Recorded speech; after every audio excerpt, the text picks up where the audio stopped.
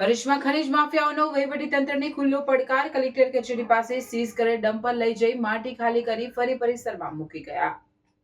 ગાંધીનગર જિલ્લાના કડીથી મહારાષ્ટ્ર જઈ રહેલા પામોલીન તેલના જથ્થાને માર્ગમાં સગેવગે કરી નાખવાનો એક મોટો કૌભાંડ સામે આવ્યો, જેમાં ટેન્કર ચાલક વિરુદ્ધ અંકલેશ્વર બી ડિવિઝન પોલીસ મથકે 38.35 લાખની છેતરપિંડીની ફરિયાદ નોંધાઈ છે. વિગતવાર માહિતી મુજબ કડી ખાતેથી પામોલીન તેલનો કિંમતી જથ્થો ભરીને મહારાષ્ટ્ર પહોંચાડવાની જવાબદારી ટેન્કર ચાલક સાજિદ અલી મોહમ્મદ ફારૂકને સોંપવામાં આવી હતી. જો કે ગંતવ્ય સ્થાને પહોંચવાને બદલે ચાલકે મધરાતે કે માર્ગ દરમિયાન તેલનો તમામ જથ્થો બારોબાર વેચી અથવા અન્યત્ર ખસેડી ગુનાહિત વિશ્વાસઘાત કર્યો હતો. આ ઘટના ત્યારે પ્રકાશમાં આવી જ્યારે અંકલેશ્વર નેશનલ હાઈવે પર આવેલી આરામ હોટલના કમ્પાઉન્ડમાંથી આ ટેન્કર બિનવારસી અને ખાલી હાલતમાં મળી આવ્યું હતું. માલ સામાન ગુમ હોવાનું અને ટેન્કર લાવારસ હાલતમાં હોવાની જાણ થતાં જ માલિક પક્ષ દ્વારા તપાસ કરવામાં આવી હતી, જેમાં ચાલક સાજિદ અલી ફરાર હોવાનું જણાયું હતું.